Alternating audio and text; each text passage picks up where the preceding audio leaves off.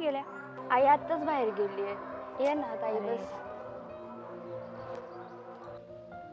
ताई, पाणी घे. मी तर कार्यक्रमाला आले होते. मला समजलं काकी नगराध्यक्ष पदासाठी उभा आहेत. तुला काय वाटतं, काय होईल? ताई, मला काय वाटतं, माझ्या वडिलांनी श्रीगोंदा शहरासाठी अहोरात्र कष्ट केले. त्यांनी समाजासाठी स्वतःला पूर्णपणे झोकून दिलं होतं. ताई, तुला माहिती आहे माझी शाळा 5 मिनिटाच्या अंतरावर आहे. पप्पा जर मला कधी शाळेत सोडवायला आले तर आम्हाला जाण्यासाठी 1 ते 1.5 तास लागायचा, कारण त्यांना अचानक ओळखीचे लोक किंवा काम घेऊन आलेले लोक भेटायचे आणि त्यांच्यासोबत बोलायला लागलं. पप्पांना कळत पण नव्हतं की मी त्यांच्यासोबत आहे म्हणून.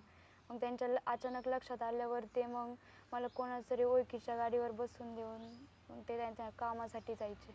लोकांची सेवा आणि समाजसेवा करण्यात त्यांनी स्वतःला इतकं वाहून घेतलं होतं की ते कधी कधी खूप उशिरा घरी यायचे. मी त्यांची खूप वाट बघत असायचे घरी. तर आमच्या घरावर खूप मोठं संकट आलं होतं.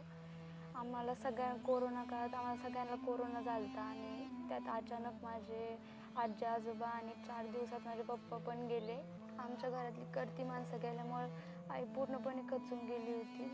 तिला असं वाटत तिच्या जगण्याला कुठलाच अर्थ राहिला नाही आहे. ती फक्त माझ्यासाठी आणि हर्षदसाठी तिचा जगण्याचा मार्ग शोधत होती. बाबांनी केलेल्या कामामुळे आणि समाजसेवेमुळे आज इतक्या वर्षांनी ही भारतीय जनता पार्टीने आणि बबनदादा पाचपुते यांच्या माध्यमातून विक्रमदादा पाचपुते यांनी आईला नगराध्यक्षपदाची उमेदवारी दिली आणि आईच्या जगण्याला एक उमेद दिली आणि बाबांचे स्वप्न पूर्ण करण्याची एक संधी दिली आहे.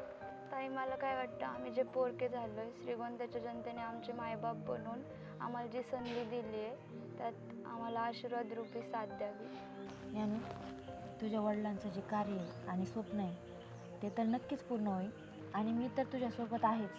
पण मला 100% खात्री आहे की श्रीगोंद्याची जनतासुद्धा तुझ्यासोबत असणार आहे.